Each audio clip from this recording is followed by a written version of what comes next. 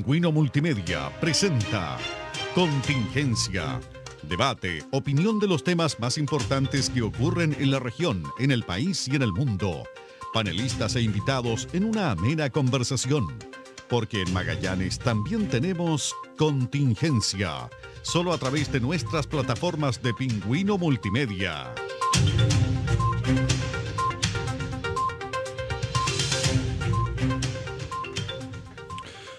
¿Cómo están todos? Sean bienvenidos a este programa de Contingencia, un programa de debates, de ideas y sobre todo con la intención clara de que usted el próximo 11 de abril vaya a votar de manera informada. Tenemos dos grandes invitados constituyentes, como han sido la tónica de los últimos tres programas. ¿Por qué nos hemos cargado hacia los constituyentes?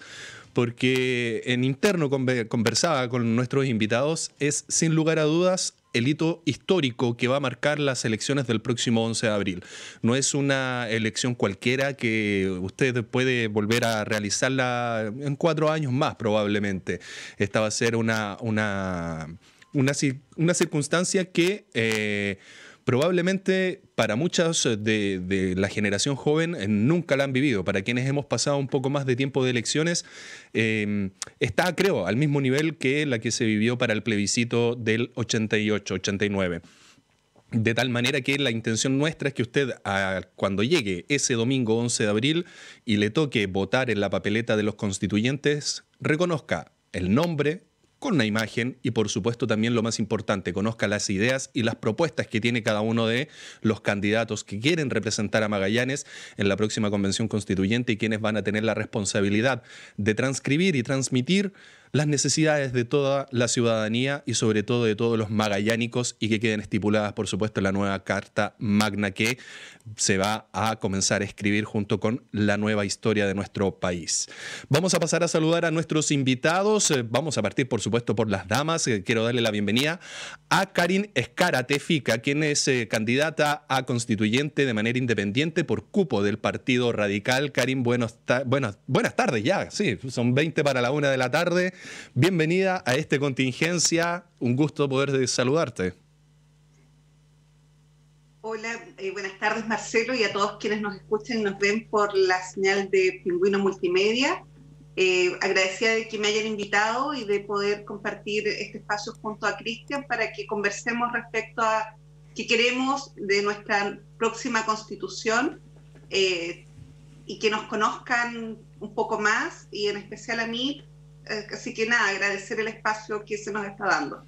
Agradecido, por supuesto, de haber otorgado estos minutos, esta horita que vamos a tener de programa a través de la pantalla de Pingüino Multimedia, por supuesto, y todas las plataformas, no tan solo en televisión, también redes sociales y, por supuesto, a través de nuestra radio y el sitio web. Vamos a pasar a saludar también a Cristian Bordolia Queveque, quien es candidato a constituyente por el Partido Humanista. Cristian, muy buenas tardes, bienvenido también a Contingencia. ¿Cómo está el calor en Santiago, primero que todo? El calor acá está, pero para nosotros que somos magallánicos, que me dicen de que ayer estuvo allá muy fuerte igual. Así que, no, primero saludarte, Marcelo, saludar a Karin.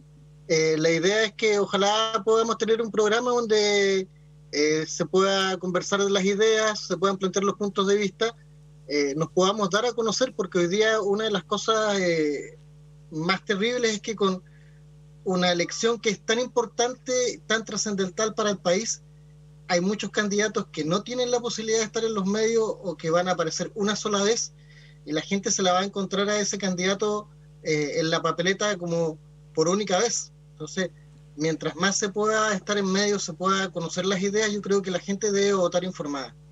Es nuestra idea, es la intención, por supuesto, de Pingüino Multimedia, de que la gente al minuto que vaya a sufragar el próximo 11 de abril vaya informada, porque lo comentábamos en la interna, esta no es una elección cualquiera, aquí no estamos sin, por supuesto, menospreciar los cargos, por supuesto, que son de elecciones populares.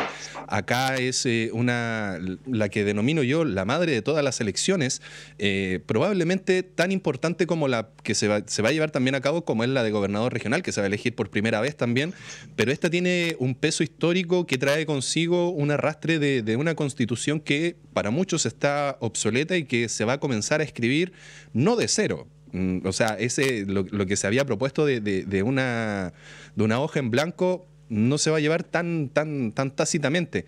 Y quiero partir por ahí, Karin. Tu impresión respecto a estas...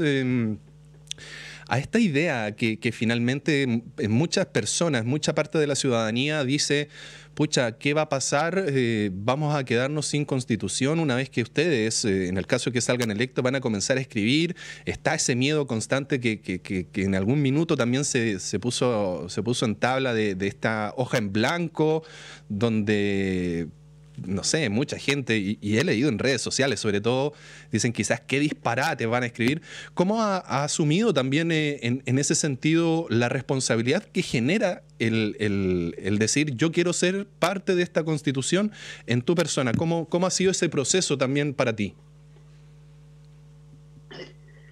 Primero que todo, yo no estaría aquí presente hoy, ni mucho menos hubiese asumido este desafío y principalmente, como tú dices, la responsabilidad de presentarme como candidata constituyente. Hoy tengo como eco. Si no tuviera absolutamente el convencimiento personal que tengo las capacidades técnicas y la expertise profesional suficiente como para estar en una mesa y trabajando en un proyecto tan importante para el país y para las generaciones futuras que vamos a habitar Chile. Entonces, lo primero es decir eso, o sea, yo asumí este desafío con una responsabilidad enorme porque estoy convencida que tengo las capacidades suficientes para abordar y estar a la altura del proceso que vamos a vivir como país y poder representar de la mejor forma posible a todo nuestro distrito 28 de la región de Magallanes y Antártica chilena.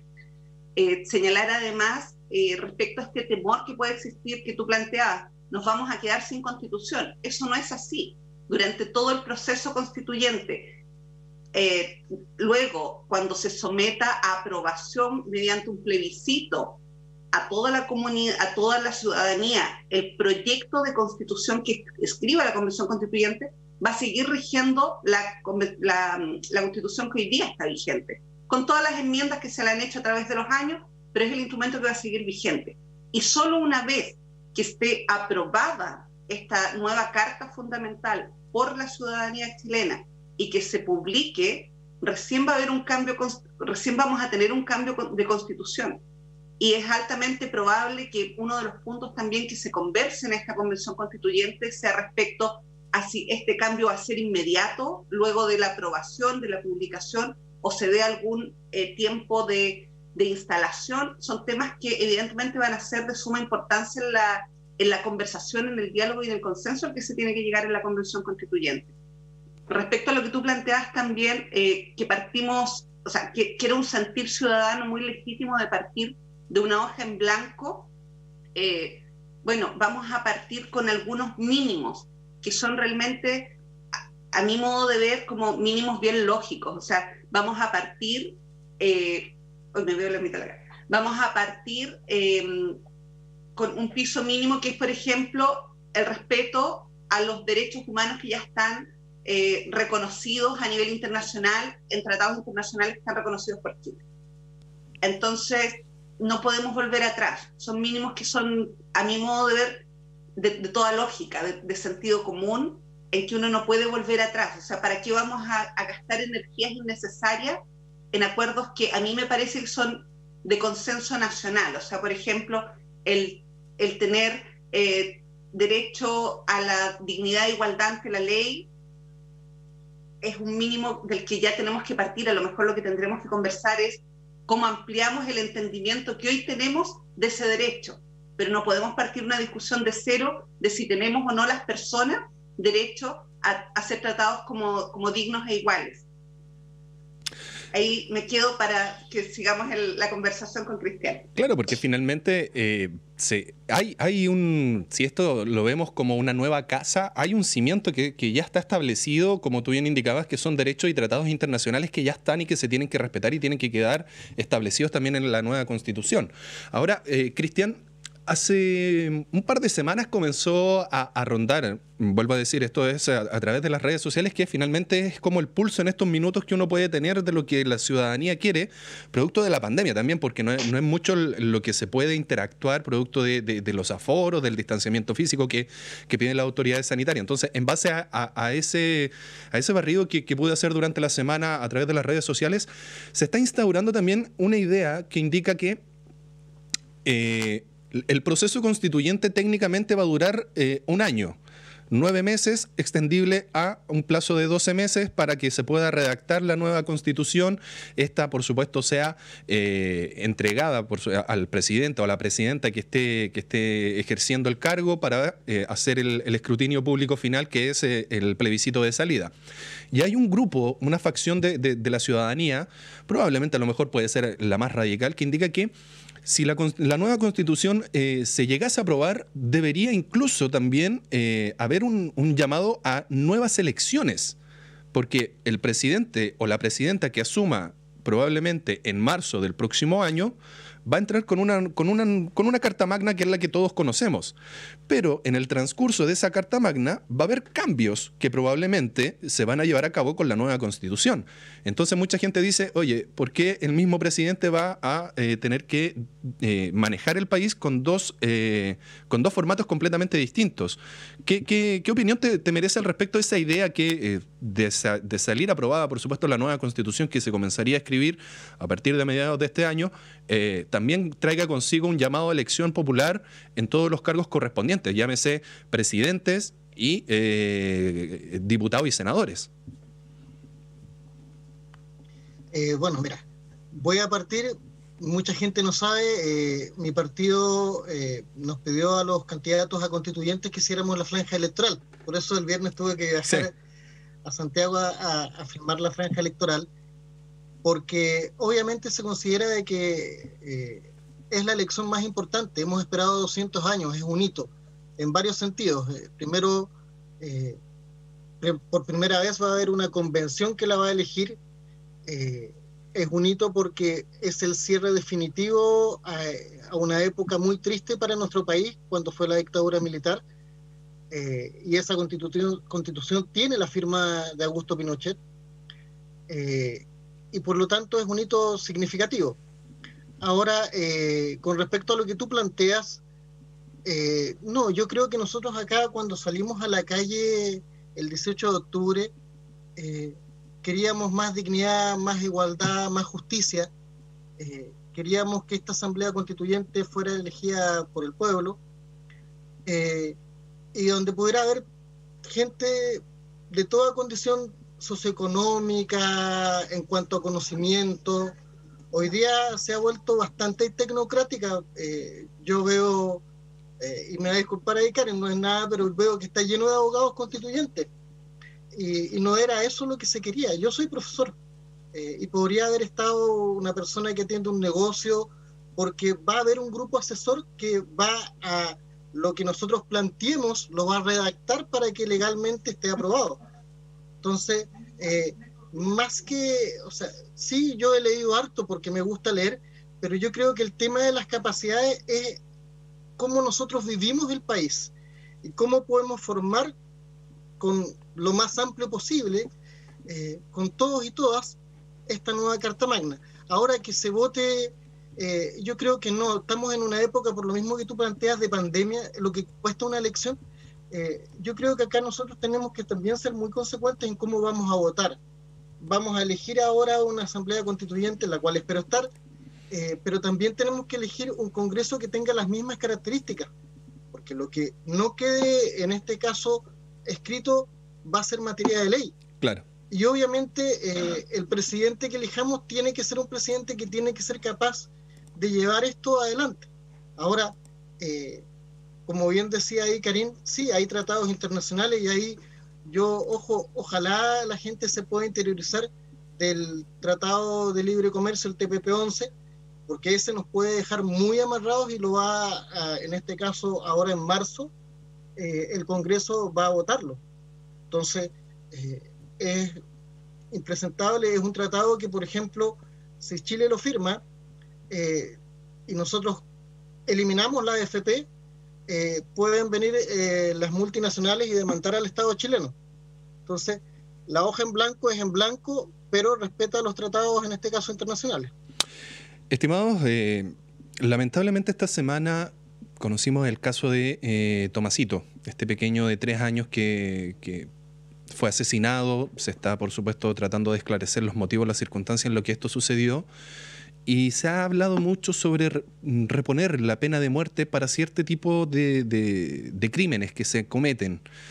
Es sabido también que por un tratado a través y firmado, por supuesto, por Chile en conjunto con la ONU, esta pena de muerte fue derogada. Pero de repente uno se vuelve, a lo mejor por ciertos actos, un poco más visceral. Ustedes son padres, madres, yo también, y a lo mejor nos afecta de distinta manera probablemente a un joven que todavía no vive la paternidad, o a una dama que todavía no vive la paternidad.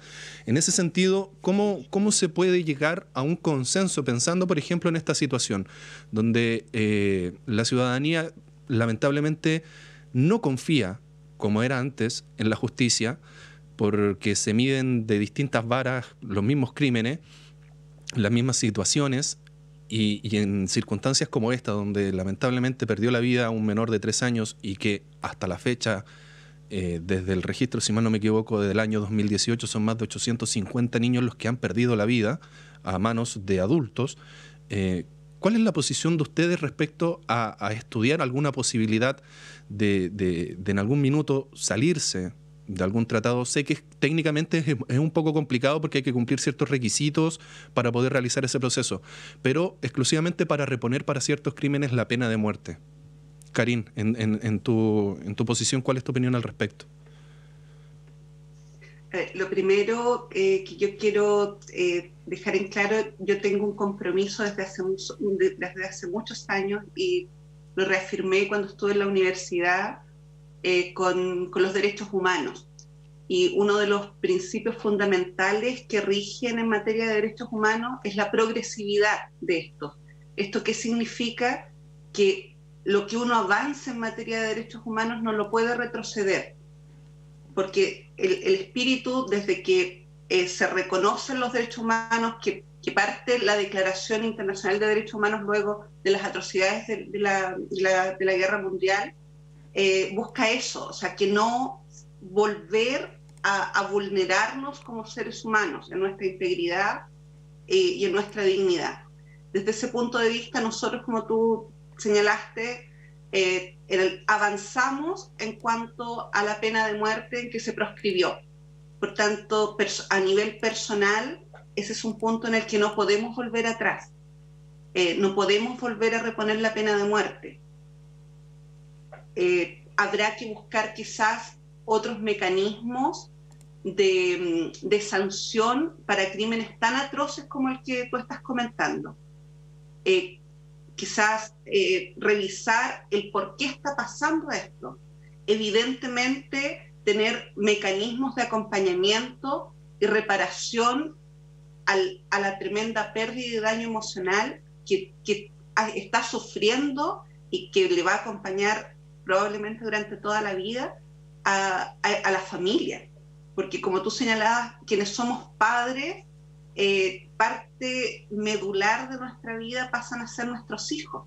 Y mucho de lo que hacemos, en mi caso, el mismo hecho de estar acá, de estármela jugando por este proyecto, de querer estar en la Convención Constituyente, también es para que mi hijo viva en una sociedad mejor, esté en esa sociedad por la que mis padres, mi madre, hace 30 años, 40 años atrás, luchó y dejó los zapatos en la calle para que tengamos este cambio, estemos en una sociedad más democrática.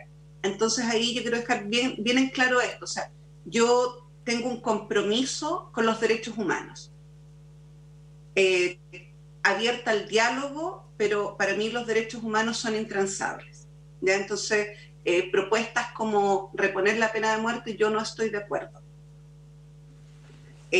Quiero aprovechar también, referirme a algo que tú mencionaste respecto a esta analogía de que la Constitución es como una casa. Los límites que se establecieron respecto de cuál es el plano en el que nos vamos a mover para construir esta nueva casa, en esta misma analogía es, mi límite es el tamaño de mi propiedad. Los cimientos hoy día los vamos a cambiar, a mover, a ampliar, dejar más robustos para que esta casa que vamos a construir se pueda adaptar en el tiempo a todas nuestras necesidades. Y ahí también tenemos que ser bien ingeniosos en cuanto a cómo ocupamos y aprovechamos los espacios. Tenemos un límite que es bastante modesto, por así decirlo, pero no tenemos límite hacia el cielo y hacia el subsuelo en la construcción de esta casa. Entonces ahí también la invitación es a no quedarnos en estos límites. Estos límites son como el tamaño de la hoja. Cuánto pongamos en esta hoja es ilimitado. Va a depender de la voluntad de cada uno de los 155 que vamos a estar en esta convención, y por cierto de los 18 millones que vivimos en el país, respecto de qué queremos y cómo queremos construir a nuestra sociedad para el futuro. Sí, hacía la analogía de la casa porque finalmente, como bien indicaba, es técnicamente, si nos vamos a términos arquitectónicos, ¿sí? Es la planigrafía que nos va a guiar finalmente. Obviamente, como ustedes mencionaban en la intervención inicial, hay que ver cuánto también va a depender del Congreso, como bien decía Cristian, a la hora de ampliar un poco más las leyes y poder modificarlas. Cristian, te hago la misma pregunta respecto al tema de la pena de muerte, pero también en paralelo quiero hacerte una segunda pregunta de inmediato. Tú mencionaste, por ejemplo, el TPP-11 en el efecto, por ejemplo, de las AFP. Y en ese sentido, ¿qué propones tú para poder realizar un cambio en el sistema previsional de pensiones, principalmente de nuestro país? Bueno, voy a partir con el caso de Tomasito, un caso terrible. Yo creo que es una pérdida al perder un hijo que uno nunca se recupera. Pero yo creo que nosotros tenemos que apuntar, iniciamos una revolución y esa revolución tiene que continuar. ¿En qué sentido? Hoy día el sistema de justicia chileno protege más en este caso la propiedad privada. No sé, Karin, que es abogada, yo soy profesor, pero entiendo de que en este caso cuando hay un crimen, un homicidio simple, va de 5 años y un día a 10 años. Y un robo puede llegar a 5 años. Entonces estamos equiparando la vida con algo material. El Partido Humanista coloca como centro, y yo también creo fervientemente en eso, al ser humano. Y obviamente no puedo estar de acuerdo con la pena de muerte, pero sí con una pena efectiva de cadena perpetua. O sea, la persona sale de la cárcel cuando se muera. Acá no hay indulto, no hay otra manera de salir de la cárcel. Entonces yo ahí soy súper claro. Tenemos que tener penas efectivas que sí se cumplan. Hoy día hemos visto muchos casos en que no se cumplen. Vemos, no sé, el caso Antonia, hay muchos casos donde vemos de que hay justicia para las personas que tienen dinero. Entonces tenemos que cambiar ese sistema, y por eso esto no tan solo implica la Constitución, implica hacer una transformación general. ¿Cómo vamos a elegir, en este caso, a los jueces? ¿Cómo van a llegar los jueces a la Corte Suprema? ¿Qué va a pasar con el Tribunal Constitucional? O sea, es un cambio que va a abarcar más allá que solamente la Constitución. Y con respecto a lo otro que tú me consultabas, nosotros hemos recogido información, hemos creado un puente humano en el cual nosotros trabajamos y estamos conversando con múltiples amigos, personas que tienen diferentes ámbitos en la vida cotidiana, profesores, trabajadores, y dentro de eso yo también he leído igual hartas constituciones. Me gusta mucho el planteamiento de en este caso, un sistema de repartición. Pero yo creo que el peligro que podemos correr nosotros a la hora de plantear un sistema de repartición es que, como no somos un país rico, puede tratar, en este caso, los que se van a oponer a los cambios, que claramente sí hay un grupo que se va a oponer a cualquier tipo de cambio, sea la progresividad. Entonces, a mí no me sirve que la pensión mejore dentro de 10 años. Yo quiero que la pensión mejore ahora, mejore ya. Y una de esas formas es que esté establecido en la Constitución, como la tienen otros países, cómo vas a financiar ese sistema, en este caso de repartición. La Constitución suiza, por ejemplo, es súper clara, establece de que el Estado va a colocar un aporte y establece de dónde va a sacar el dinero para ese aporte, que es a través del impuesto al alcohol, el impuesto al tabaco y el impuesto a los casinos. Y una parte la va a colocar el trabajador y una parte la colocan también los profesionales. Entonces, es una manera que yo encuentro que es súper adecuada. Tenemos que también ponernos de acuerdo cuánto va a ser la pensión mínima. Es impresentable de que el sueldo mínimo, que ya no alcanza, sea superior en un 20, un 30, un 50% a la pensión mínima. Entonces, la pensión mínima tiene que ser equivalente al sueldo mínimo. Y tenemos que colocar también algunos límites a la pensión máxima. Entonces, es importante no tan solo plantear un nuevo sistema, sino que tratar de dejar por lo menos sentadas las bases de cómo lo vamos a hacer, porque el peligro es que caigamos en la progresividad, y eso no puede pasar, porque nosotros queremos los cambios ahora y los queremos ya, y hay gente que hoy día está sufriendo hambre, que no tiene para comprar sus remedios. Entonces esos cambios son urgentes. Karim, la misma pregunta respecto a propuestas para los fondos de pensiones. ¿Cómo verías tú en una nueva constitución el sistema de pensiones para nuestro país? Pensando, por supuesto, en lo que sucedió en octubre del 2019, cuando la gente quería poner fin al actual sistema privado de fondos de pensiones. Ahí lo primero, Marcelo, es quizás partir por lo medular. O sea, ¿por qué necesitamos un sistema de pensiones? Es porque evidentemente en algún minuto de nuestras vidas no vamos a tener las condiciones probablemente para generarnos recursos económicos para vivir. Entonces acá tenemos en esta temporalidad del ser humano una etapa de la vida en que somos productivos, en que somos trabajadores, generamos trabajo, somos emprendedores, etc. Y después otra vida en la que necesitamos este sistema de seguridad social que nos sustente y nos dé la tranquilidad para poder vivir de forma digna. Ahí lo primero, y que algo también señaló Cristian, y que en varias otras instancias que he estado, tanto en programas como en reuniones con distintos grupos, es fundamental, es reconocer y hacer carne algo que Chile ya lo adoptó como tratado internacional hace muchos años. Lo que pasa es que no lo hemos recogido a nivel nacional, que es el reconocer que toda persona que trabaja tiene derecho a un ingreso, a un sueldo o a una retribución monetaria o no monetaria por ese trabajo. Entonces ahí es partir de este concepto o cambiar este paradigma de que solo si trabajo y produzco algún bien o servicio tengo que tener una remuneración.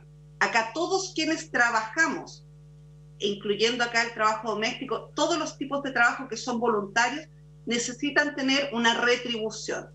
Esa retribución habrá que a lo mejor ver a nivel de ley cómo va a ser, si es económica, o sea, monetaria o no monetaria. Y evidentemente eso tiene que ir linkeado a este sistema de seguridad social para la vejez, el cómo este aporte que yo hago con trabajo voluntario o con bienes o con producción de bienes materiales es reconocido por el Estado para generar este soporte que me va a permitir mantenerme y vivir en los años en que yo no tenga esa capacidad de autosustentarme. Y ahí es fundamental también este principio de solidaridad que tenemos que tener como sociedad, o sea, un principio de solidaridad intergeneracional, pero también este Estado que debe ser garante de estos derechos sociales que tenemos como seres humanos. Ahí, ¿qué sistema para establecer esta base de seguridad social sea el mejor? Como bien lo señalaba Cristian, es un tema que a lo mejor va a exceder el debate que se va a dar a nivel constitucional. El debate a nivel constitucional va a ser, bueno, acá vamos a tener un sistema de seguridad social. ¿Cuál es el rol que va a tener el Estado en este sistema de seguridad social? Para mí, el rol del Estado es un rol de garante. El rol de garante quiere decir que el Estado garantiza que todos vamos a tener una pensión digna. Y ahí es donde se tienen que establecer estas garantías de qué pasa. Si en ABC modelo no se logra, ahí tiene que estar el Estado. Estos mínimos de pensiones, evidentemente, tiene que ser el que nos permita subsistir de una manera, ni siquiera subsistir, sino que es vivir con dignidad. Y la dignidad ahí implica varias dimensiones del ser humano: salud, educación, que no solo se limita a educarme cuando soy niño, niña o adolescente, sino que la educación es un continuo de aprendizaje durante toda la vida. El que tenga posibilidad de seguir desarrollando todos mis derechos humanos, libertad de expresión, asociación, etcétera, durante toda mi vida. Entonces, ahí este modelo de seguridad social también lo tenemos que pensar en forma bastante más integral a solo lo económico. Lo económico, por cierto, es uno de los pilares esenciales, o uno de los pilares importantes, más que esenciales, pero el resto de cómo yo voy a garantizar como Estado que en esta etapa de la vida, que hoy día con las proyecciones y los avances médicos es cada vez mayor, o sea, hoy día estamos llegando a una tasa de supervivencia que excede los 80 años, por tanto, en la mayoría de los casos tenemos que pensar que luego de jubilarnos vamos a vivir 20 o 30 años. En algunos casos es más de un tercio de la vida a lo mejor. Entonces, ¿cómo esos 30 años o más vamos a seguir desarrollándonos como personas? Entonces, esta pensión, este sistema de seguridad social que vamos a establecer, tiene que ser capaz de darme el soporte para ello. Entonces, acá también hay que, la invitación es a pensar de una forma mucho más sistémica e integral y no limitarnos a lo mejor a lo que hemos visto hoy día. O sea, sin duda hay una necesidad urgente que es cómo solucionamos los problemas de pensiones hoy. A mi modo de ver, ahí es voluntad y ver de dónde vamos a sacar los recursos para aumentar a lo mejor el aporte que hace el Estado a las pensiones solidarias, que es gran parte del sistema de seguridad social que hoy día tenemos. O sea, el sistema de pensiones solidarias u otros sistemas que son financiados por el Estado es la gran mayoría de la población que está en edad de pensionarse. Entonces, por tanto, esta realidad de que el Estado tiene que garantizar se puede hacer hoy a nivel de ley, bajando a lo mejor las tasas las tasas de mortalidad en base a las cuales se calculan las pensiones. O sea, son guiños que se pueden hacer, que no son difíciles y que es voluntariedad.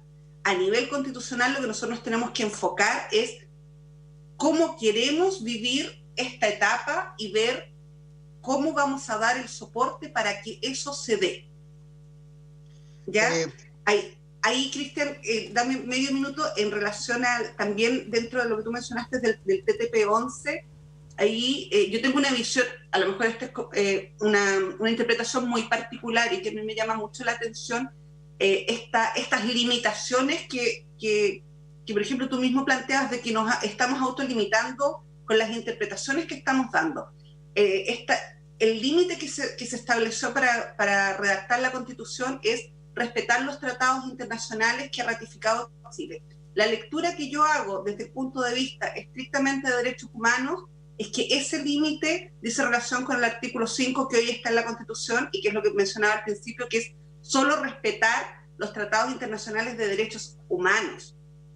Estos tratados económicos, evidentemente, tal como tú señalaste también, tienen mecanismos en que ya se ha acordado de qué forma yo me puedo salir del tratado o hacer ciertas modificaciones. No estoy obligada a quedarme permanentemente en el tratado. Evidentemente podrá tener consecuencias que yo estaré o no dispuesto a asumir como Estado respecto de distintos planos que fueron los que me llevaron a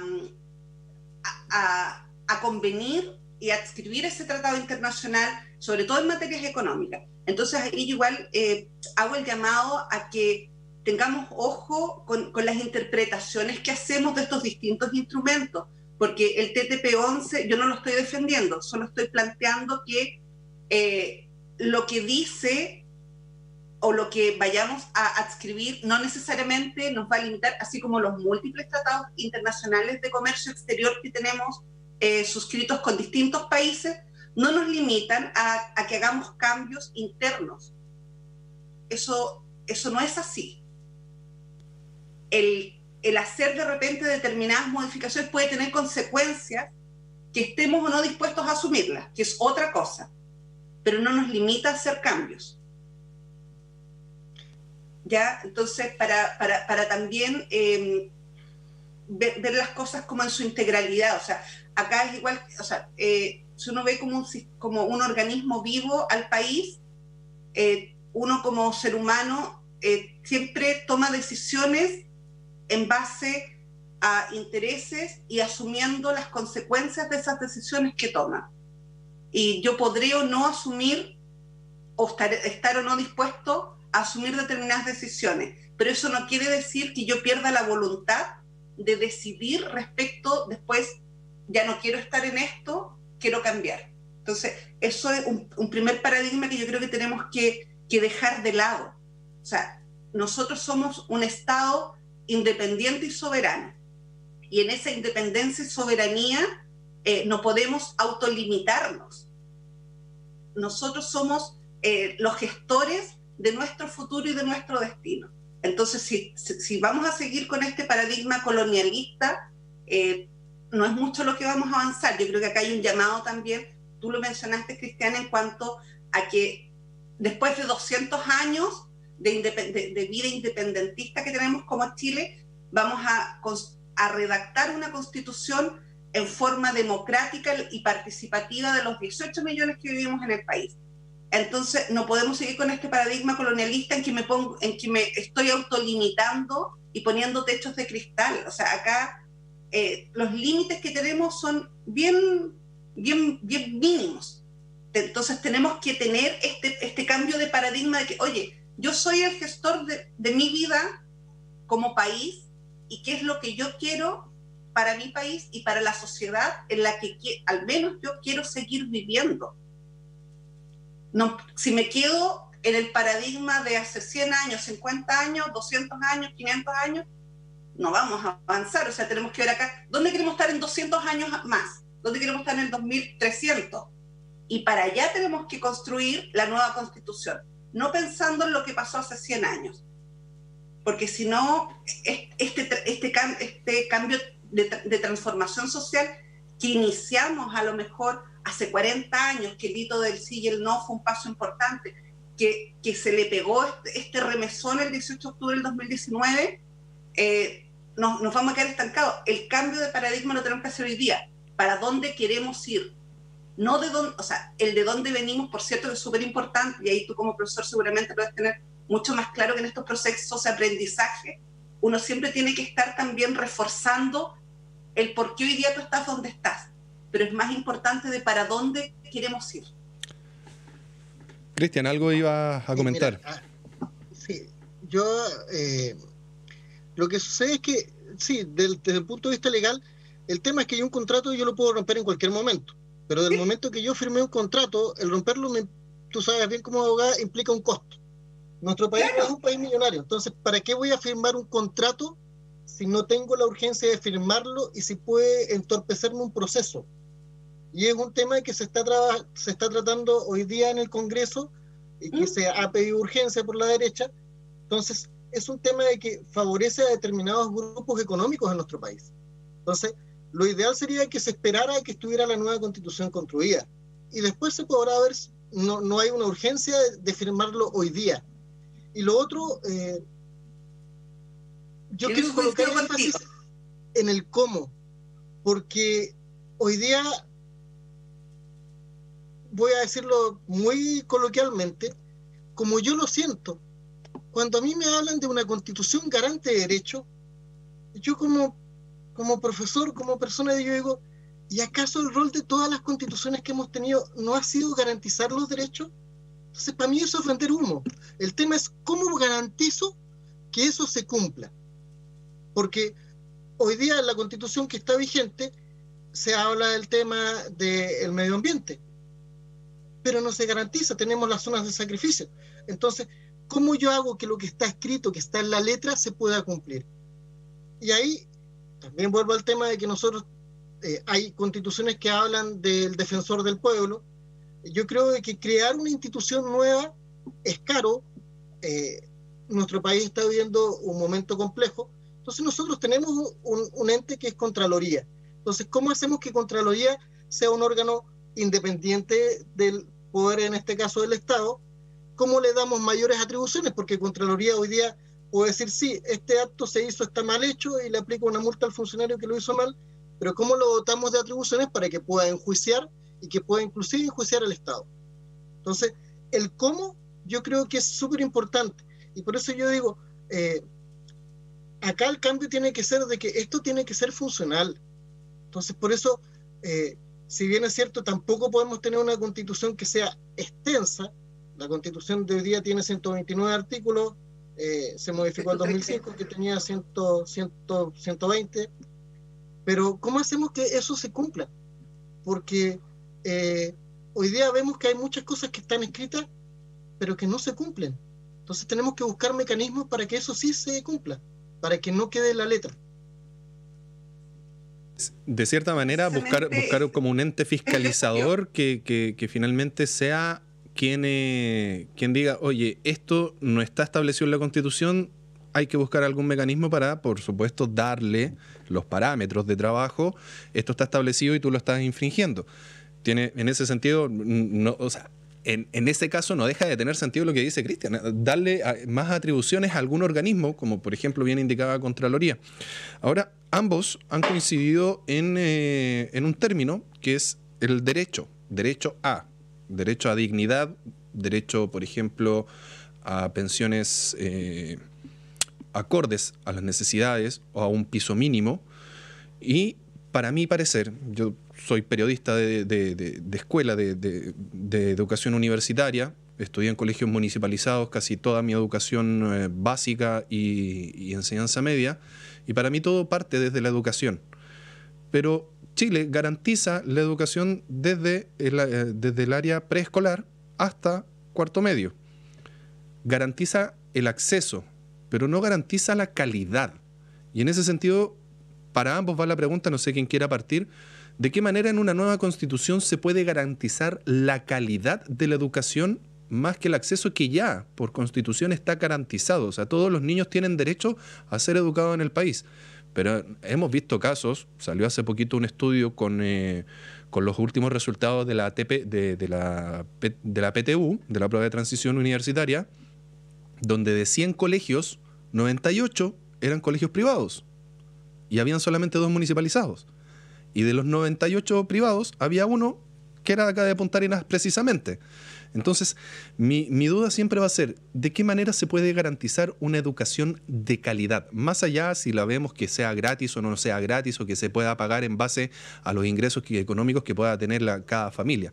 Es la forma en que se puede garantizar una educación de calidad y que no haya esta brecha tan amplia entre un niño, por ejemplo, de Laguna Blanca a un niño de Punta Arenas que estudia, por ponerle un nombre, en la escuela X, que es privada.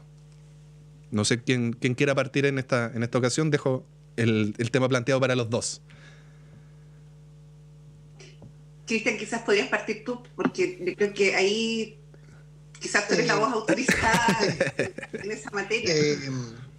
No, mira, la idea es que sea educación pública y que esté en manos del Estado, en manos del Ministerio de Educación. Que vuelva. Los países que han solucionado este problema lo han hecho eliminando los colegios particulares. Yo creo que acá hay un tema súper especial.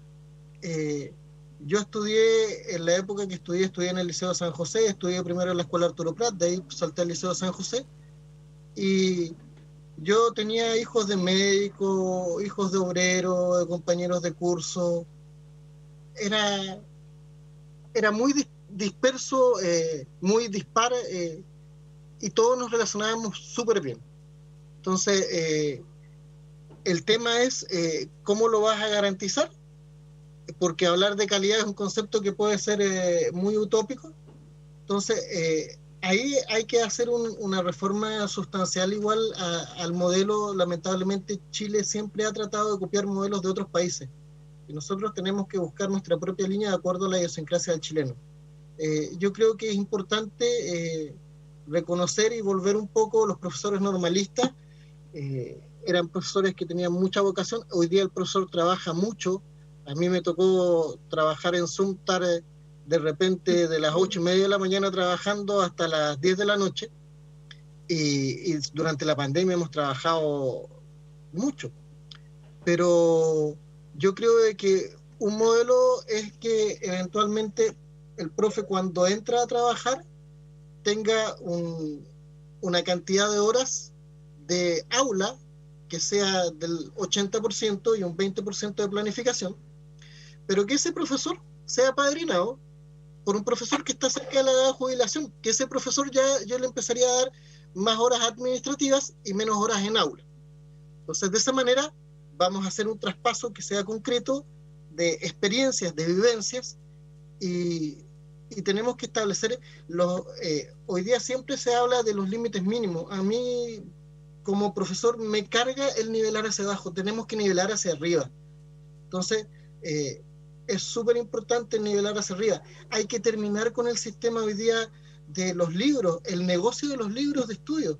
Compre determinada editorial, ojalá sea el libro, te dicen que tiene que ser en el colegio, tiene que ser original. La cantidad de miles de millones que están moviendo con los libros es abismante. Entonces, ha cambiado. Yo creo que la educación va a tener un quiebre con este modelo que nos va a permitir estar más cerca. Creo que en el aula vamos a tener que terminar trabajando con un computador y con una cámara y con los alumnos presenciales, y que el alumno que está enfermo pueda en su casa tener la misma clase. Cuando un profesor se enferme, tiene que estar el reemplazo sí o sí. No puede ser que el curso quede solo. Y eso van a ser las formas más adecuadas, y tiene que ser en este caso pública y gratuita.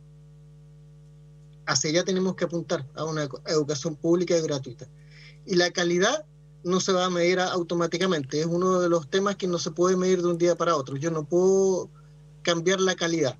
En ese sentido, pero sí Cristian, con medidas que sean que apunten en la dirección correcta. Normalmente las modificaciones en educación se ven a 12 años plazo. claro. Entonces, tiene que ser un tema que vaya más allá del gobierno de turno, porque vamos a ver un cambio en la educación en 3 o 4 gobiernos.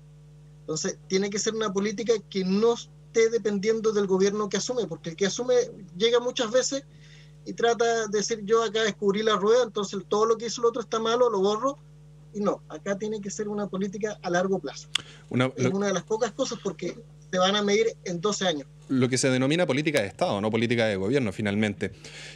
Cristian, tú mencionabas, antes de darle el pase a Karin, gratuita y estatal, la educación, que pase a poder del Estado. En la actualidad es apadrinada por los municipios. ¿La gratuidad para todos los niveles, incluida la universitaria? Sí, para todos los niveles tenemos que avanzar hacia allá. O sea, si yo digo de que hoy día la educación es sin fines de lucro, no tiene razón de ser de que haya un privado que la tenga a su cargo. No tiene fines de lucro. ¿Por qué va a tener que tenerlo un privado? Entonces, yo creo que tenemos que avanzar en ese sentido. Si hoy día tomamos el paradigma de que la educación no tiene fines de lucro, no veo cuál sea el problema que algunos grupos vayan a decir: pero ¿por qué no puede haber un privado? No tiene fines de lucro, eso está establecido. Entonces, ¿por qué no devolverla como era antiguamente, que sea pública nuevamente y que esté en manos del Estado? Karin. Ahora, ahí sí, y para cerrar, y quiero conectarlo a otro punto que es súper relevante, que es el área de la salud, donde ahí tenemos que hacer un clic con la educación gratuita. En el caso, por ejemplo, hoy día de la salud, que tenemos severos problemas, hay que hacer de que se cumpla efectivamente, y eso tiene que ver con los contratos. Karin lo debe saber muy bien, de que los especialistas, tenemos problemas con especialistas. ¿Qué pasa hoy día? Los que pueden acceder, y por eso es que es importante que sea gratuita a todo nivel, no todos pueden acceder a la especialización. Entonces, hoy día sí hay una cantidad, entre comillas, muy grande de médicos generales, muy pocos especialistas, Entonces, hoy día cuesta, no sé, 120 millones de pesos determinada especialidad, llega a la clínica privada y paga los 120 millones y se lo lleva. Se ahorró los 3 años o 4 años de especialización. Entonces, eso no debe ocurrir. Entonces, tenemos que también establecer mecanismos en los cuales los mismos alumnos vayamos devolviendo de alguna manera y retribuyendo para que esto se pueda mantener en el tiempo.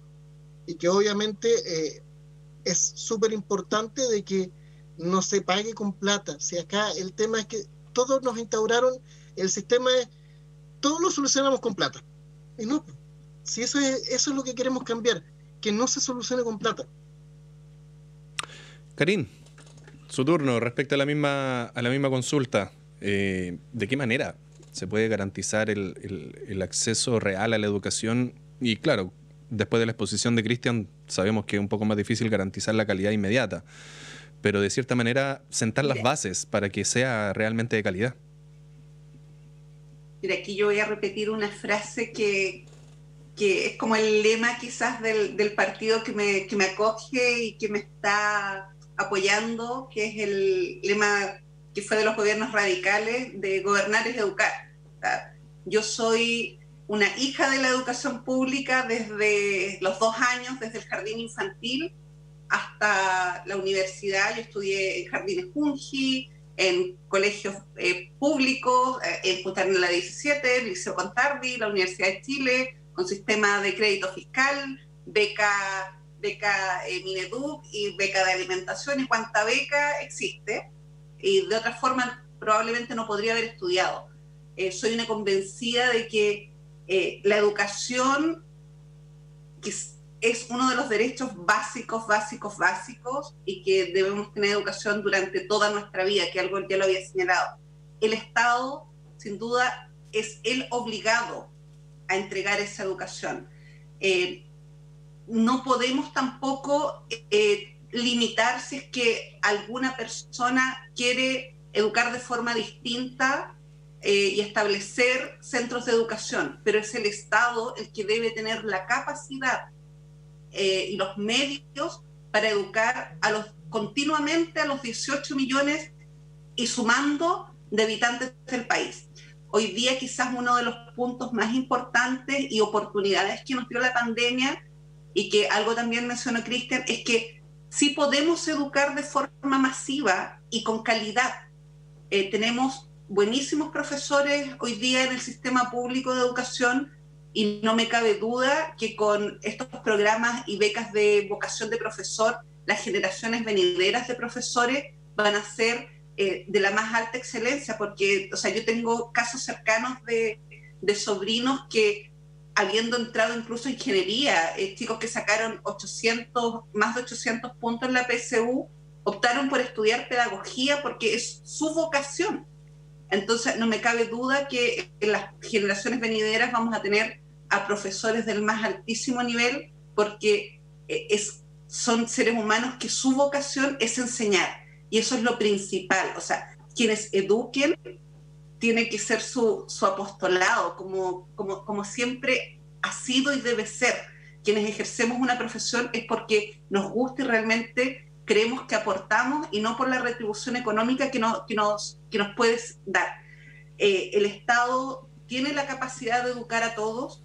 Yo creo que no podemos partir de la base de que no tenemos recursos. Tenemos los recursos necesarios para hacerlos. Internet hoy día es bastante democrático, tendremos que a lo mejor que mejorar la conectividad en aquellas localidades en que no llegue, que son bastante las localidades aisladas en las que no llega a Internet. ¿Cómo mejoramos para que tengamos la misma calidad de educación?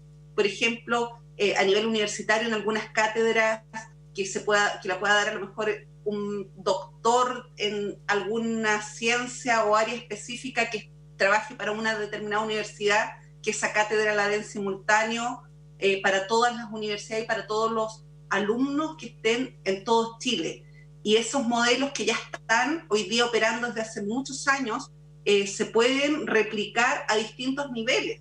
Habrá que ver probablemente y adaptar estos modelos educacionales a las necesidades territoriales que podamos tener en algunas localidades, sobre todo en zonas aisladas y extremas como nuestra región. Y ahí también radica la importancia de tener un Estado en que la autonomía regional sea uno de los pilares para que estas adecuaciones a la realidad territorial se pueda hacer.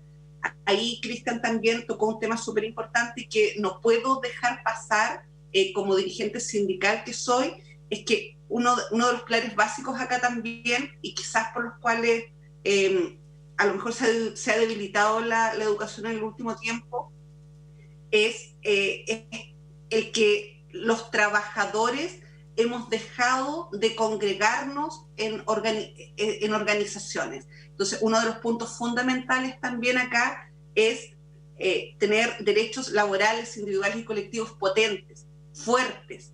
¿Por qué? Porque los trabajadores organizados y sobre todo los profesores organizados son los que generan este contrapeso también respecto a qué calidad de educación estamos entregando. Acá esta cogestión en educación también es muy importante.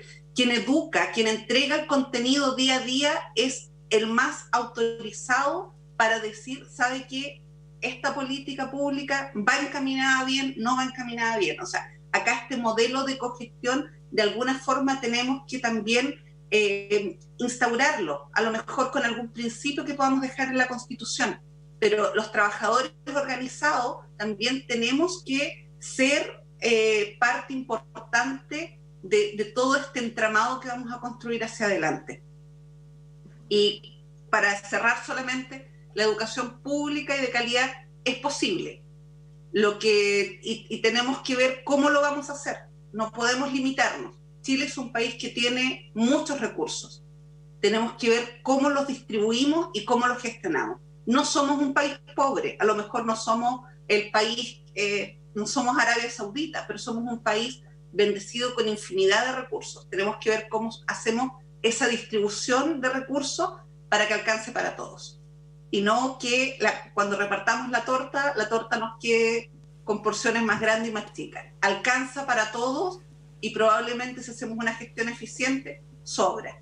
Esto igual que cuando las abuelitas le echamos más agua a la sopa y sigue quedando rica, es un poco lo mismo. O sea, cuando uno quiere hacer las cosas, se pueden. Y con los recursos que hoy día nosotros tenemos como país, nos alcanza y probablemente puede que nos sobre. Estimado, nos quedan un poquito más de 10 minutos de programa y quiero llevarlos a propuestas regionales. Las zonas extremas como por ejemplo Arica y Magallanes tienen este plan que debe ser ratificado cada ciertos años por el gobierno de turno, que es el denominado Plan de Zona Extrema. En una constitución como la que se va a escribir, ¿de qué manera pueden ustedes garantizar que un plan de zona extrema no deba pasar por la autorización de extensión de un presidente y que quede establecido a través de una constitución, teniendo en consideración que las realidades que se viven en los extremos de nuestro país son completamente distintas a lo que se vive, por ejemplo, sin menospreciar, por supuesto, desde Copiapó hasta Aysén?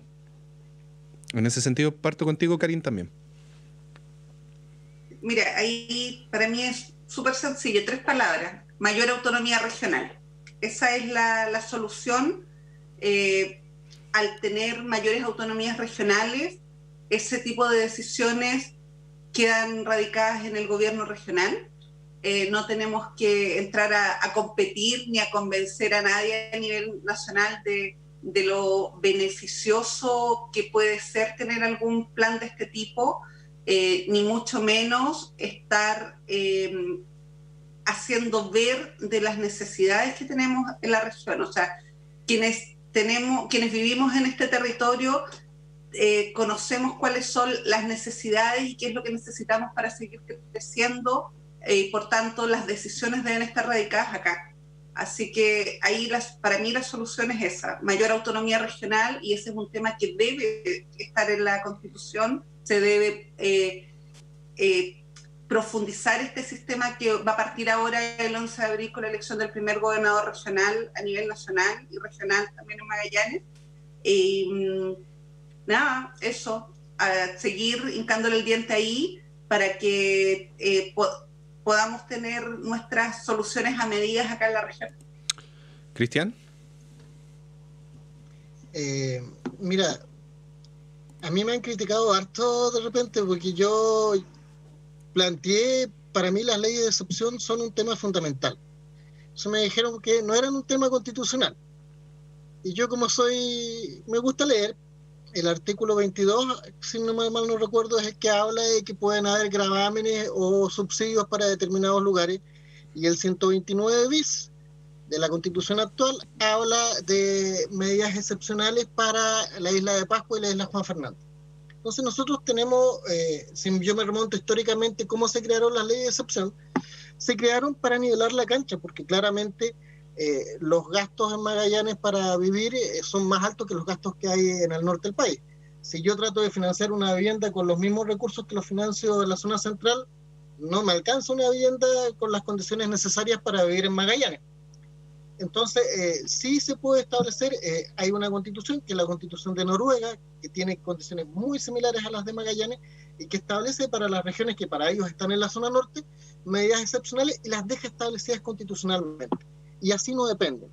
El tema de los consumos básicos, mucha gente no sabe, pero los consumos básicos en el país son el agua y la luz. Entonces, yo cuando fui dirigente sindical me tocó pelear en su época. Estaba de intendente don Jorge Flies y estaba en este caso Ramón Ló de presidente del CORE, y nosotros conseguimos que para el sector Yau Yau el gas fuera financiado a través del financiamiento del gobierno regional, lo cual no era algo que planteé yo, era algo que habían planteado muchos dirigentes vecinales y que simplemente yo tuve la fortuna, se alinearon los astros y tocamos las teclas adecuadas y lo pudimos lograr. Pero, por ejemplo, hoy día hay huertos familiares, hay zonas en natales que no tienen gas. Claro. Entonces, necesitamos también de que sea considerado el gas como un consumo básico, que para el resto del país no lo es porque tienen 2 meses de invierno. Para nosotros sí. Puerto William tampoco tiene gas. Entonces, son temas que son fundamentales y que yo creo que sí deben estar constitucionalmente, independiente de la autonomía. Porque ahí cuando hablemos de la mayor autonomía, un tema súper importante que vamos a tener que tocar es si vamos a mantener el sistema de regionalización con mayor autonomía para las regiones, porque la Constitución hoy día vigente dice que Chile tiene un sistema descentralizado, de que debería ser descentralizado, pero en la práctica vemos que es lo más centralizado que hay. O un sistema semifederal, pensemos de que la figura del gobernador, el sistema DON, que es terrible, funciona en los sistemas federales. No funcionan los sistemas como el que tenemos nosotros.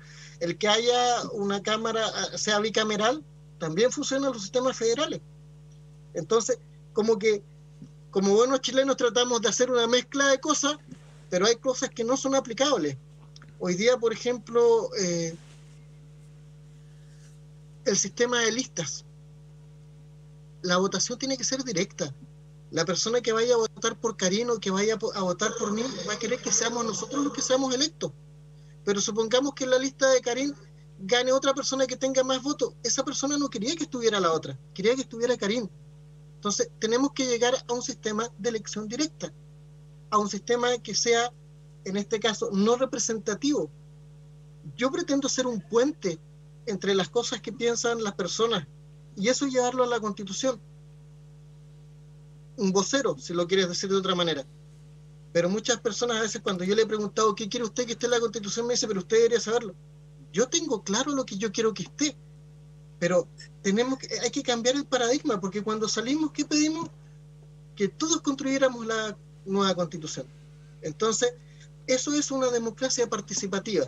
Y ahí el rol fundamental, y que hay que establecerlo, lo van a tener las municipalidades.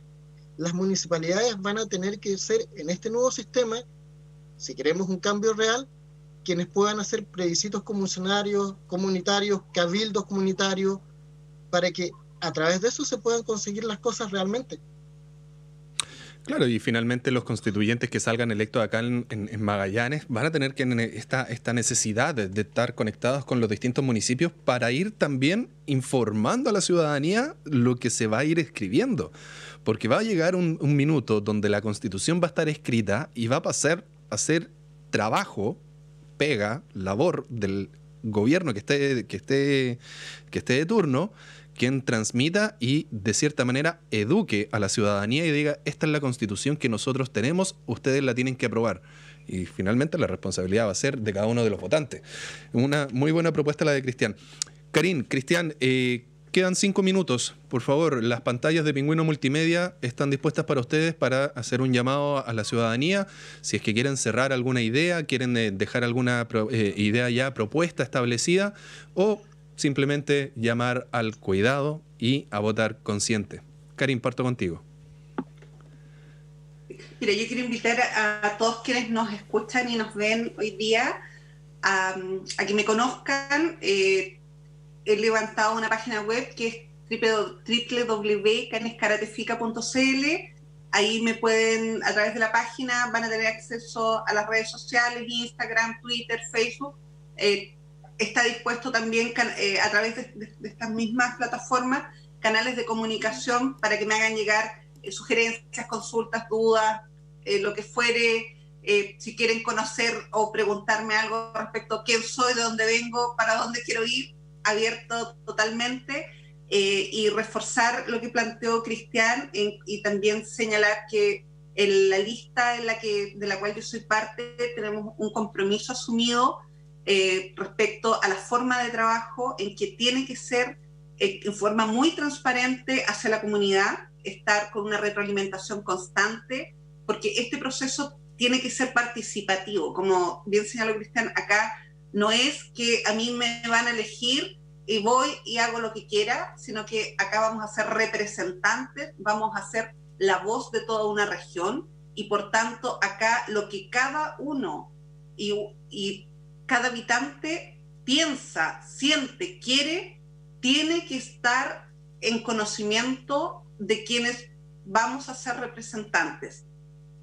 Tenemos que, el compromiso, al menos a nivel personal, es de ver la mejor forma de llevar todas las opiniones que residen hoy en Magallanes a la Convención Constituyente, estudiar y buscar los mejores argumentos y poner a mi disposición toda la capacidad de diálogo y para poder llegar a acuerdos para que ojalá todas las visiones que existen hoy en Magallanes queden de alguna forma consagradas en la Constitución. A lo mejor no va a ser la redacción que A, B o C quiere, pero va a ser la mejor redacción que nos represente a todas, todos y todos quienes habitamos en la región. Así que la invitación es a que me conozcan y disponible para que nos podamos reunir e interactuar vía mensajería, correo, etcétera, para que el 11 de abril puedan tomar la mejor decisión de forma informada.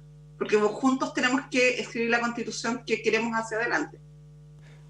Exactamente, esa es la idea. Cristian, también, tiempo para cerrar alguna idea, hacer algún llamado a la ciudadanía. Mira, nosotros estamos trabajando, vamos a iniciar ahora dentro de esta otra semana reuniones vía Zoom. Pretendemos convocar a sindicatos, convocar a juntas de vecinos, convocar al área de la educación, al área de la salud. Se han hecho algunos a nivel nacional, los vamos a compartir en las redes sociales. La idea es ir enriqueciendo el material y tener un material que podamos llevar que sea lo más representativo de lo que quiere el magallánico, de lo que siente el magallánico, y ser un puente en este caso hacia esta nueva constitución que vamos a co-construir, que es el concepto que yo creo que tenemos que instaurar y que va a durar 50 años, 60 años. Entonces es fundamental el trabajo que podamos hacer para que ojalá todos tengan cabida, todos se sientan identificados y tengamos un Chile más justo, más digno, más solidario. Así que a mí me pueden ubicar en nuestro correo electrónico, es bordoliconstituyenteph@gmail.com. Estamos también en Facebook, en Instagram, como Cristian Bordoli. Y nada, decir, bueno, hay mucha gente que me conoce por la labor deportiva. He estado ligado 30 años al ajedrez, haciendo el torneo de ajedrez de la prensa austral. que me conocen por mi función como profesor. También tengo 30 años como docente. He trabajado, he sido presidente de junta de vecinos, he sido dirigente sindical. Pero la idea es que ojalá puedan contarle a otros quién soy yo. Y en realidad no soy ni más que tú ni menos que tú, soy igual a ti, igual a cualquiera de ustedes. Así que espero sus aportes, espero ser el vocero que pueda llevar lo que ustedes quieren a la nueva Constitución. Eso. Estimados, todo el éxito en el camino que queda todavía por recorrer. Ya ahora luego, el 11 de marzo, si mal no me equivoco, empieza ya las propagandas a full. Lo único que les puedo pedir de manera personal es cuidarse, cuidar a la gente con la que se reúnen, distanciamiento físico, por favor. Creo que no, hace mucho tiempo que no estábamos en un minuto tan preciso para poder pasar de fase y seguir cuidándonos. Es lo que les puedo pedir. Y lo segundo, escuchar a la gente. La gente quiere ser escuchada, quiere llevar sus propuestas también, además de compartirlas con ustedes. Así que un abrazo gigante, Karin, Cristian, muchas gracias por haber sido partícipe de esta contingencia en este domingo 28 de febrero, el último domingo de vacaciones, para algunos. Gracias a ti, Marcelo, y gracias a Karin por sus propuestas. Yo voy a tomar las propuestas de todos y todas porque es la manera que tenemos. Así que se agradece el espacio. Y nos estaremos viendo seguramente antes de las elecciones en algún otro programa. Así que espero poder estar ahí con ustedes. Y darle las gracias a la audiencia que nos está mirando. Efectivamente, igual agradecer el espacio, Marcelo, y también a Cristian.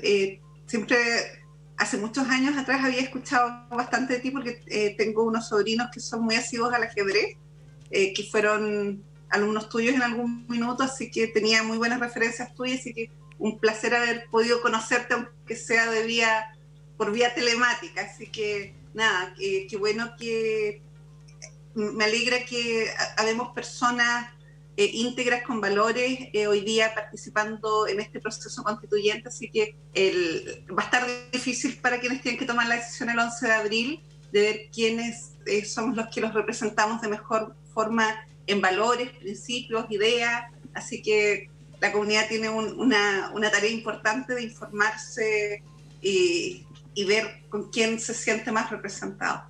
Así es, estimados. Gracias a todos.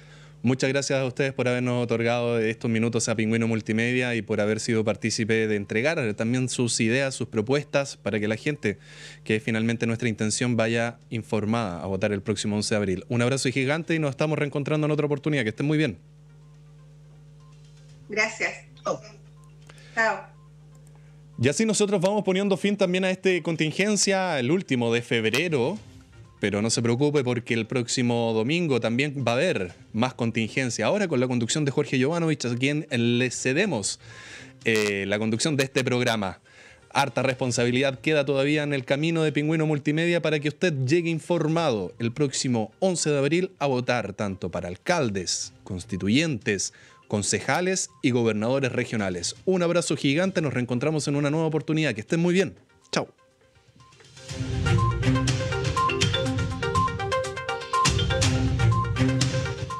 Pingüino Multimedia presentó Contingencia, debate, opinión de los temas más importantes. En 7 días más volveremos a tener una amena conversación, porque en Magallanes también tenemos Contingencia en todas nuestras plataformas de Pingüino Multimedia.